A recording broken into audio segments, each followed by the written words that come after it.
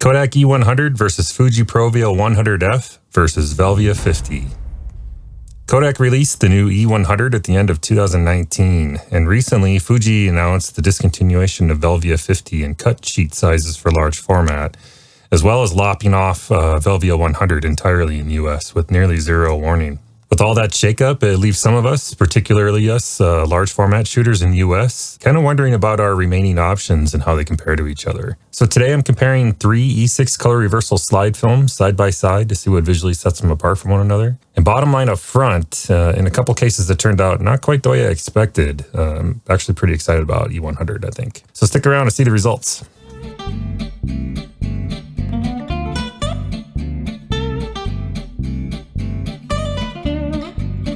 A couple quick updates first. If you've been watching my channel for a while, you might be saying to yourself, this is not the right format.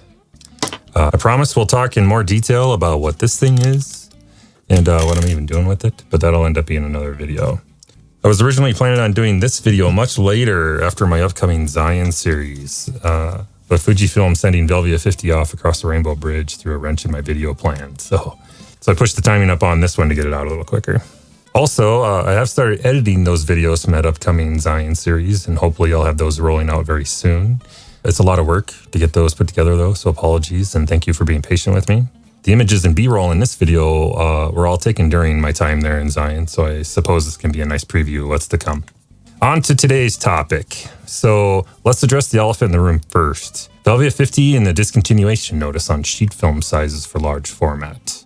The official communication from Fujifilm states the stop ship date for 8x10 as December 2021 and March of 2023 for 4x5. Also in there is the 120 Pro 160, which is done in March of 2022. Quick side note, the Velvia 120 and 35mm formats weren't mentioned in there. They don't appear to be affected, not yet anyway, so hopefully those will still be available. Fuji states the reason for this is that the raw materials used in the production of it are becoming too difficult to get and expensive. Thing is, this isn't the first time this has happened.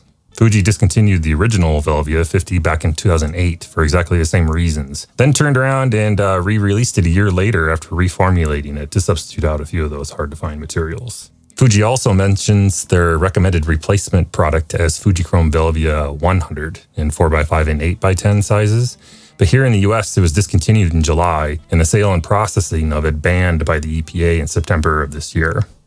So that's not an option for us over here. And really, the cut sheet sizes of Velvia 50 also haven't been available in the US for some time now, but we've been able to work around it and order it internationally. Unfortunately, this notice is global, so RIP brother Velvia. So at the time of recording this, that leaves us Provia 100F on the Fujifilm front, and whatever Velvia 50 we can grab from overseas before the clock runs out. Enter Kodak E100. At the end of 2019, Kodak re-released Ektachrome E100 in 120 and 4x5 formats, giving us another E6 option and a competitor product to Fujifilm. Until recently, I hadn't tried E100, but it's been on my radar, and the notice on Velvia 50 kicked that into high gear for me. So that catches me up to the premise of today's video. These may not be the only E6 process slide films in all of existence today, but they certainly represent the dominant product offerings available to me as of the time of recording this. And to be honest, I'm also just really curious how they fit within my own photography. So I wanted to run this test even if it was just for myself, but I thought I'd do a video on it too. So one quick disclaimer, this is definitely not a scientific comparison by any means. I'm not gonna go get my beakers and lab coat out or put it under a microscope. This is just a practical comparison of the 3 E6 slide films and how differently they render the same subject in the same kind of shooting conditions that I myself would normally shoot them in. And that last part is key. These are all shot in the conditions that I typically use slide film in, the way that I actually use it. You may use slide film entirely differently than I do, and that's okay. For example, I didn't shoot directly into daylight or the open sky, and I didn't shoot any portraits to compare skin tones or anything. This is just my experience using the films in a photo session in Zion National Park, mostly close-up subjects in shade.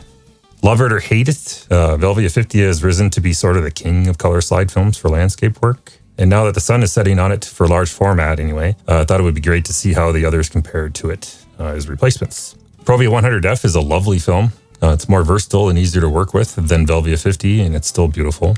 And that's the only remaining Fuji brand alternative for 4x5. so it's a natural pick for this sort of comparison. E100 is the new kid in town here. This was my first time shooting it, and with Fujifilm dropping film stocks left and right, it was great to include a film stock from a company that still seems interested in making film. So I did have some parameters that I wanted to stay within for this test. All the images were taken with the same exposure, and what I mean by that is not that they were all the exact same camera settings, but the equivalent amount of exposure to light. So Provia and E100 are both 100 speed films, but Velvia is 50 speed. So I added an additional stop of light to make the Velvia exposures match the others. And in this batch of images, I accomplished that with the shutter. So they were all the same aperture, and I just bumped the shutter dial one stop for the Velvia images. These were also shot side by side, locked down on a tripod with as little time in between as I could reasonably and physically accomplish. And all of these images were on medium format 120 roll film, shot with my 6x6 square Bronica EC system camera, which has interchangeable film backs, which makes this task of switching films a lot easier. Medium format also made it a lot more cost effective to run this test and allowed me to kind of loosen up a little bit and just shoot without worrying about trying to find the perfect subject and monkeying around with the camera for half an hour. I used no filters on any of these images, mostly because I don't want to skew the results of how the film naturally renders the scene, but also because I don't currently own many filters that fit this camera system. So no warming filters and no grads, which is why I avoided shooting the bright sky. I didn't have to count for a reciprocity failure on any of these images, or I didn't account for reciprocity on any of them. So the shutter times were all fast enough that they shouldn't have ran into reciprocity failure. So I didn't have to compensate or add any time for that. All of these rolls were sent to North Coast Photographic Services in San Diego, California for processing. So I just have to trust that the differences in processing are minimal. They're going to be a lot more consistent than I would be trying to process E6. And lastly, and probably most importantly, no adjustments were made in post on any of these images. Everything I put up on the screen is the raw scans from my Epson V850 flatbed scanner using the factory holders, not fluid mounting. I didn't even crop the film borders off or do any cleanup. So it feels a bit like showing you my messy room, but I'll get over it. So without further delay, let's take a look at the developed slides and see how I made out. All right, so I've cut up all my film strips, ran them through the scanner, and now I've got a Lightroom catalog open so that we can kind of go through here and compare them and just see what we're looking at side by side here. I figured that'd be probably the best way to do this and sort of handy. And I'll switch back and forth between the Lightroom catalog and the light table view for each set of images so that we can see not only the scans, but the actual film on the light table as well. Now, none of these images have been adjusted in any way. So if we go over here to develop module, you can see that everything is at 0. And if we hit the reset button, nothing happens because no adjustments have been made to any of these. These are all straight out of the scanner. In fact, as I mentioned before, I didn't even bother cropping the film borders off. So this is my film holder, you can see here, and I didn't clean any dust or anything either. So there's gonna be some dust spots in here, I'm sure. In the scan settings I used, I didn't go really the maximum. I actually kept it pretty low so that my computer wouldn't struggle while I'm trying to record this. But as you might be able to see here, the scan size is roughly 3700 by 3700 pixels for each image. And that keeps it, reasonable, but then I can still, punch in and I can see some detail here and see what we're actually working with. So I think that'll work just fine. 6x6 on 120 roll film gives you 12 exposures, but I didn't actually end up with 12 sets here because, well, I had some malfunctions, as you can see here. Whoops. So on the E100 roll, it didn't quite wind far enough when I loaded it, and the first exposure started in the wrong spot, which ruined the photo, as you can see. I'm not exactly sure why that is because the camera actually is supposed to handle that when you crank it, and I thought I did it correctly, but it could have been user error, I suppose. And then I've also got a film back that's giving me some struggles now and then, probably needs to go out for service or get replaced. And like this one, you can see I only have 2 exposures because the film back that had Velvia in it jammed on me and I couldn't get it when I was sitting there. So I ended up going back to the truck to unjam it. And by that time I just moved on because, well, I was kind of frustrated. So what I ended up with here was actually 10 sets, well, 10 and a half, because I guess this one still, you can kind of see it, so we'll go through this one, even though it ruined the lower left corner. So I numbered all my files so that on import they would line up like this and stay kind of consistently in the same order here. So what I've got is E100 on the far left, Provia in the middle, and Velvia 50 on the right. And right off the bat here, you can see Velvia is definitely a lot more saturated and it's got a lot more reds coming through, which shouldn't be a big surprise because it's kind of part of the signature look of Velvia 50. But if I punch in a little closer here, so now I've got E100 on the left and Provia on the right. It was actually really similar looking to me, although I think to my eyes, E100 is just slightly more blue, particularly in the shadows and the dark tones. Everywhere else, it's pretty close, but looking like on the tree bark here, there's definitely a lot more blue cast, which is a surprise to me because all the things I'd read about E100 made that seem like Provia would be more prone to doing that, but not from what I'm seeing here. Now, comparing this to the Velvia image, Velvia's on the right now, definitely way more saturated. But to tell you the truth, I actually liked Velvia on this one. Out of the three, I think obviously it's a lot more eye-catching because of the saturation. I actually thought this matched what I had envisioned when I was setting up to take this photo a little better than the other ones. Provia was just not quite doing it for me. E100 probably would have been really close second, maybe even a better starting point if I hadn't ruined the photo. Now, the one thing I did notice when I punched in here is that the Provia image is actually sharper, like here in the pine needles. And comparing it to the Velvia 50 image, it's actually the same story. So I think Velvia is also sharper, particularly right here. Now, at first I thought maybe it was something I did, like if I bumped the camera during the exposure or something like that, but it actually ended up being kind of a common theme across all the images, as you'll see later. Now, I don't know if this is really that big of an issue, particularly on large format. It may not even be a problem, but I just noticed here on these rolls in particular that, yeah, the Fuji slides have definitely got a little more detail in them. So that's frame number one. Now let's move on, or I'll be at this all day long. So frame two, this is in the bottom of the wash in a shady area where a tree was dropping some leaf litter down in the wash. Very reminiscent of some of the scenes that I was shooting with my large format camera. So I thought it was appropriate and on point for the kind of things that I would normally shoot.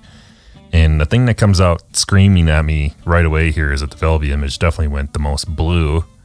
So the conditions on this was, bright blue sky day, thin shade, not very much reflected light. So kind of a classic case for a warming filter, but of course I didn't want to use one. And what I think is interesting about this is comparing the three film emulsions. Once again, it looks like the E100 actually went more blue than the Provia, but of course the Velvia is the worst one. But if we get rid of the Velvia image and just look at E100 and Provia, it's definitely more blue. Pretty noticeable here when you zoom in on the neutral colors of the rocks here. Definitely not what I expected. Once again, I expected Provia to actually be a little more blue.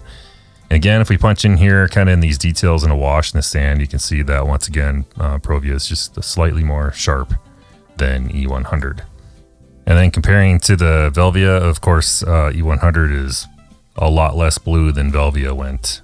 Same kind of story here with sharpness. Velvia has definitely got a little more detail here. So one thing I want to mention too, before I condemn E100 and say that it's definitively less sharp, is that I only ran one roll and through one film back. So it's possible that there's an issue with that film back that had E100 loaded in it. Before I make any conclusions there on that, I want to shoot the other remaining rolls that I still have and mix them up. So shoot the E100 in a different film back this time and see if the results are any different. So I'll take that as a homework assignment and I'll just have to update on that later. So to me, the key takeaway here and the interesting part to me is that E100 seems to lie somewhere in between Provia and Velvia when it comes to reflecting sky color and blue cast. Now the third frame, so this was quite a bit warmer of a scene. So this one had a lot of reflected light, as you can see. And what I think is interesting here is if you look at the E100 versus the Provia is more saturated here. Looks like the E100 was a lot gentler on the colors here. But all in all, I mean, they're pretty similar. But I definitely like the way that Provia recorded the light here on the sandstone and back behind this subject a little better than the E100 did. Now, when we look at the Velvia image, now Velvia is on the right. No surprise there. It's quite a bit more saturated. Looks like the reds have definitely popped out quite a bit more on this one. And Velvia also recorded a lot more blue in the shadows here to my eyes. Looks like E100 did a better job there. So to me, I think my pick on this one would probably be the Provia image in the middle here. Although the E100 might be a pretty good starting point too. I just like the way that the Provia handled this light here on the sandstone wall. So I think I think this would be my choice. Moving on to frame 4. To me, same story I think as the previous image. Velvia on the far right over there definitely went the most saturated in a way that I don't think I like in this image. I think there's too much blue. But the E100 did a much better job, and then the Provia in the middle, the two of those I think look pretty similar. Although zooming in, you can see the E100's definitely got a little more blue in the shadows than the Provia does. Although the sandstone here looks, you know, kind of pretty similar. Nowhere near as blue as the Velvia image went though, particularly down here in the deadwood. I don't really like how blue that is. So I'm not really sure if I prefer the Provia or the E100 on this one. Probably the Provia because it's a little more neutral. Now frame 5 was definitely in a very, very shaded area. This was in a slot canyon, pointing just at this colored sandstone feature here in the wall, which I thought was interesting. And once again, I think it's still the same story that we saw in the previous two images. Interesting that Provia in the middle here is what seems to be the most neutral to me. E100 is slightly more blue, and then Velvia is really blue over here. And then punching in again with E100 on the left and Provia on the right, it becomes really apparent that there's quite a bit more blue here in the E100 slide than the Provia, which I honestly think I like. I don't really mind the blue cast in this scene, but the Provia definitely did a way more neutral job here. The E100 image, I'd probably have to pull a little bit of that blue out. Now, comparing this to the Velvia, yikes. Yeah, the Velvia definitely went really blue. But the thing I think is interesting here is that the E100 and Velvia images aren't really that far apart. If you zoom in here on the darker parts, it definitely, you can see the similarities here. So for shooting in shady slot canyons with no warming filter, the Provia might be a better choice. Slide 6, I went for something different and included a little more fall color here on this one. And this one, to my eyes, looks like the E100 is actually the most flat one. Punching in to compare E100 versus Provia, to me, it looks like the Provia is more saturated in color here, particularly here in the leaves of these trees where the oranges are. Now, I'm sure it's probably related to whatever caused the E100 to be less sharp here, but the greens here look a little more muddy to me than in the Provia image, of course. Comparing that to Velvia, same story. Velvia is darker, more saturated, and also went a lot more blue in the bark on these tree limbs, which I don't like. Obviously, it doesn't look natural at all. And combining that with the blue cast here on this sandstone wall, I don't think it's a good look. So to my eyes, I think this one is the Provia image is the winner in my mind. Frame 7, I'm sure if you've ever been to Zion National Park, you'll definitely recognize this one. The Mount Carmel Tunnel is a pretty major feature of the park, and this is just on one of the switchbacks. It's got a parking pull-off area, and I just pulled off to the side and just hopped out of the truck and shot this one. And I think this one's pretty similar results as the previous photo, so to me it looks like the Provia image in the middle is slightly more saturated than the E100, and then the Velvia is just over the top. Punching in on E100 in Provia, the E100 definitely looks a little flatter up here in these rocks and some of these colors and in the trees in the foreground. And the red hues in the sandstone definitely just don't pop quite as much. Now comparing that to the Velvia image, obviously that's a pretty stark difference there. Velvia definitely brings out a lot more color in this image, I think, but I don't know if I necessarily dislike it in this case. I think comparing this even to the Provia image, so we got Provia on the left and Velvia on the right now. I think Velvia actually might be my preference on this one. The colors are a little over the top, so I'd probably actually roll the saturation down a little bit on this one. But Velvia is kind of doing it for me on this one, I think. Now, frame 8 is in a similar area, but it is further down the switchbacks. Same kind of idea, but I saw this yellow cottonwood stashed back there and it was just super eye-catching, so I thought that would make for a good subject for this one. Pretty much the same thing. The E100 looks a little more flat here. Provia slightly more saturated than Velvia is definitely way over the top again. So E100 versus Provia again. Yeah, you can definitely see that the colors are just a little more vibrant on the Provia version. But not too bad on the E100. I think they're pretty close. And if I had to shoot E100 over Provia, you'd be just fine on this one. Now comparing against Velvia, of course, yeah, this is way more saturated. Now I don't necessarily think that Velvia went too blue here in this cottonwood bark. It kind of did down here in the foreground. This is pretty blue. That's not necessarily ideal, but I think comparing Provia to Velvia. So Provia on the left, Velvia on the right. Some of this I think is okay. It's pretty usable. I think if I was going to use the Velvia image on this one, I'd probably remove a little bit of the blue color cast and you'd be in a pretty good spot. But I haven't edited any of these, so I don't know. Maybe the Provia would be a better starting point. Frame number 9 was taken in the same sort of area, just a little further down the path. This time we got a little bit of light hitting up here on the cliff ledge up here. And then again, of course, another bright yellow cottonwood tree, which I thought was just absolutely beautiful. We punch in here again and we go look at this clip face here. It looks like the Provia image is a little warmer. Like the E100's got a little cooler shadows going on again. This neutral looking part of this rock face here. You can see there's a little bit more of a blue cast. And then down here in the corner, you can kind of see there's a little more of a color cast down on the E100 image. Similar story over here as you pan over to the left. There's a lot more blue in the shadows here on the E100 image. Now for frame 10, I wanted to shoot a moving water image to kind of get a feel for how the three films compare here. And to me, other than the obvious here in that the Velvia really went super blue, is the fact that the E100 did too. It's almost purple in some of these shadows over here.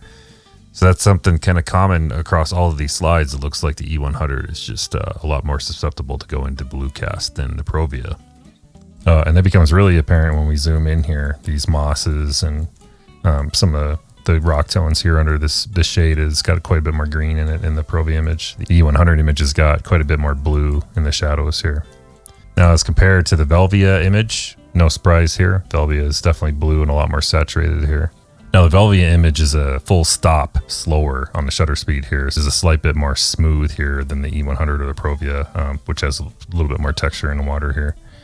Now, because I had a jam on the Velvia roll and didn't shoot one of the previous frames on Velvia, I had an extra. So I went ahead and shot that here. And what I did was I adjusted the aperture and made the shutter speeds equivalent. So now you can see there's more texture here on the right because that's the equivalent shutter speed as the other images. I just opened the aperture instead of the shutter this time. So you can see how much smoother it is. And that was just one stop. So if you go compare that one to like the Provia and E100 images, you can see the texture is pretty similar in these ones now. Now frame 11, which is my last full set of all three films. Now it's kind of the same story going on here. To me, E100 looks like it's the least saturated. Provia in the middle here is a little more, and then Velvia is just way over the top. So I don't think if I was going to shoot one of these scenes on the main canyon, I don't know if I'd go with Velvia. I'd probably stick with Provia on this one. Punching in on the Provia image here, I think the color recorded on the Provia image looks a little bit better. Although I think if I had E100 on me, I probably wouldn't know the difference because they're so similar. And this one is a really good example, like in the bark here. I mean, this was my focal point, but comparing the E100 image versus the Provia here, there's quite a bit more detail. Now, if you go look at the Velvia image versus Provia on this one. So Velvia is a 50 speed film and has a slightly finer grain than Provia 100. And I think that shines through just a little bit here.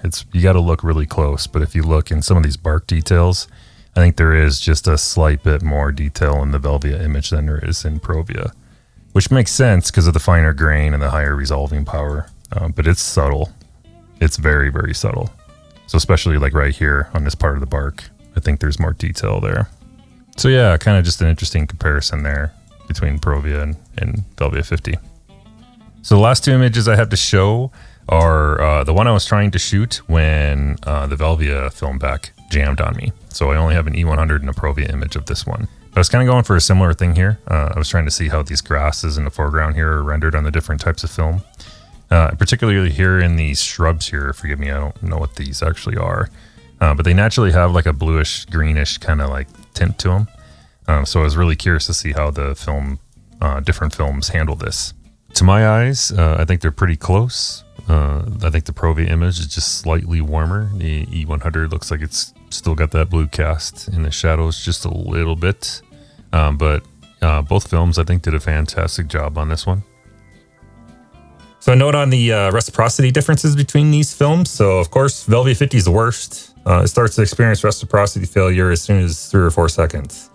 or that's the way that I treat it. So at 4 seconds, I'm already adding a third stop. Provia 100F is probably the best. The datasheet doesn't call for any adjustments up to 128 seconds, so about 2 minutes, which is pretty good.